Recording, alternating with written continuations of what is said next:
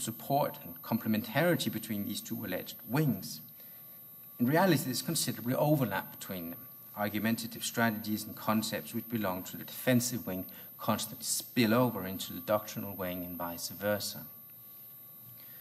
My worry then reduces to the following.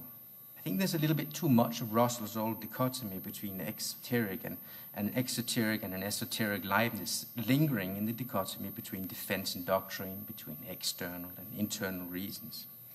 To take up Rateau's pictorial metaphor, what we're not, I think actually it was, I can't remember whether I actually said that. What we're dealing with is not so much like a diptych, perhaps with two wings, but rather like a single painting, which can be considered as a whole in different ways, saying, pushing the metaphor a bit, the doctrine being like the shapes and the defense like the colors, or something like that.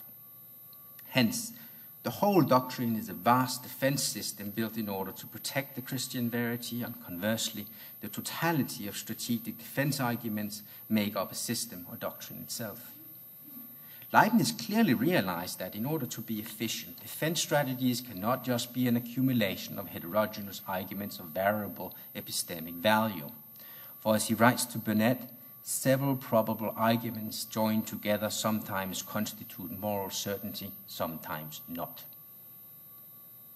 In a sense, I believe that as a whole, the Theodicy as a whole is nothing but the systematic joining together of several probable arguments. Some of them a priori, some of them a posteriori, some of them being merely conjectures, being the lowest degree of probability, some of them infallibly certain, the highest degree of probability. But all these elements contribute to the determination of infinite probability, which is the specific epistemic status of the principal argument in the Theodicy.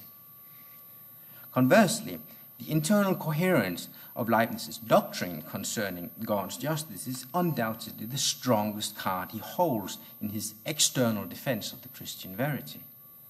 Thus, the Theodicy is not internally coherent and externally persuasive. It is externally persuasive because it is internally coherent, or because, to use a Leibnizian term, it is harmonious.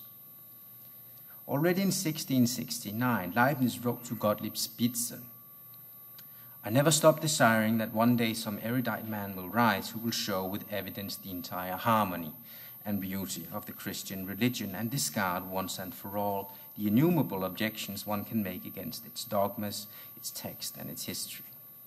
Leibniz's erudite correspondent did not pick up the glove undertaking to demonstrate this harmony of the Christian religion.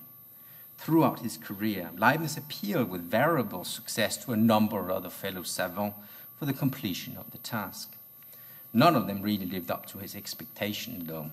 One suspects that when Leibniz undertook writing the Theodicy, it was also partly because he was getting tired of waiting for this long-awaited erudite man to rise and just decided to do it himself. Thanks.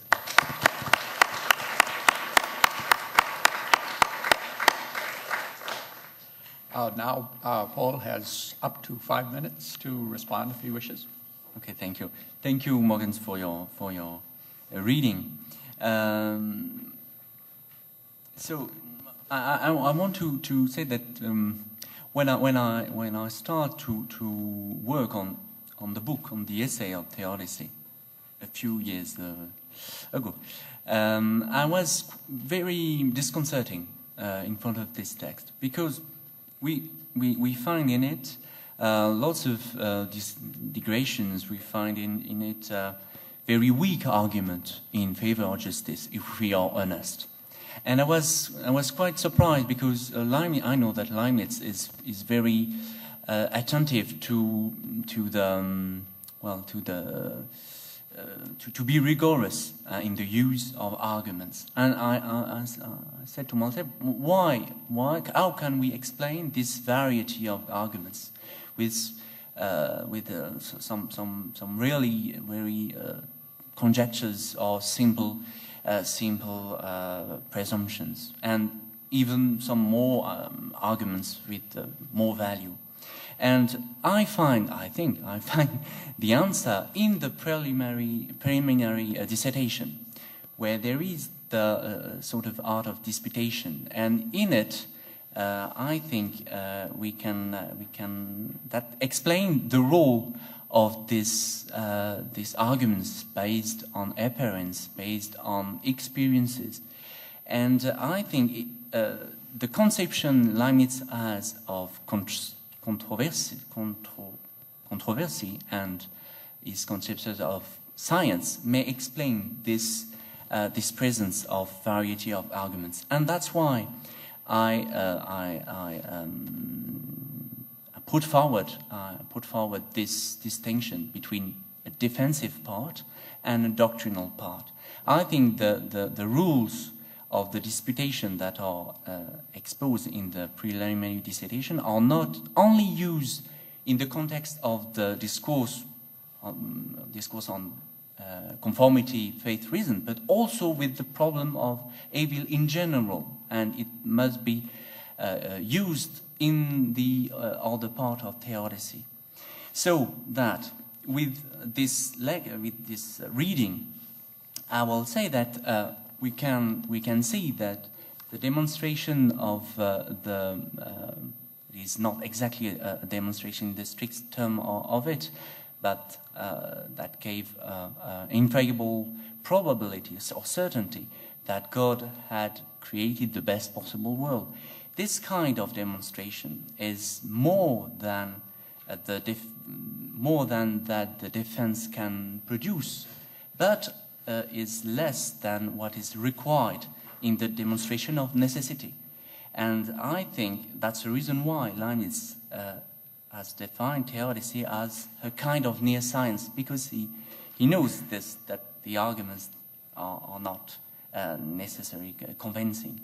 So I will make just to try to prove that the distinction of the two parts are relevant. I will say that there is a difference between three things: the absolute certainty that 2 + 2 = 4. The second, the moral certainty I had that China exists, because I haven't been there, unfortunately, but people has told me that China exists. So the moral certainty, because it is based on testimonies, experiences, pictures. So I am morally certain that China exists. And third, the moral certainty I had that God must have created the best possible world, not because the experience teaches that. The experience teaches very different things. But because I cannot conceive or imagine that the supreme being who has wisdom, goodness, and power could have done anything else than the best. But God could have, so I cannot imagine another choice. But in fact, I have to accept the fact that God could have created another world, that it is not logically contradictory, and that the assertion God had created the best of possible world is incomparatively more probable than the opposite. But so there. Good, thank you. That's exactly 5 minutes. I appreciate that. We now turn to the open discussion, and we're now familiar with the method. So why don't we begin? And Professor Adams has stepped to the microphone. Please go ahead, Bob. Thank you, Paul, for your very interesting paper. I'm not convinced that Leibniz did not think that it's absolutely metaphysically necessary that God creates nothing but the best, and in the present context, even more important, absolutely metaphysically necessary that God will not damn the innocent. And I could go into texts in Leibniz's discussions of the nature of modality that suggest an alternative way of accounting for the contingency of the existence of this world. But in the present context, I want to emphasize and sort of get your reaction on the way this plays out in the rules of argument that, as you rightly point out, are laid down in the preliminary discourse, where it seems that well enough established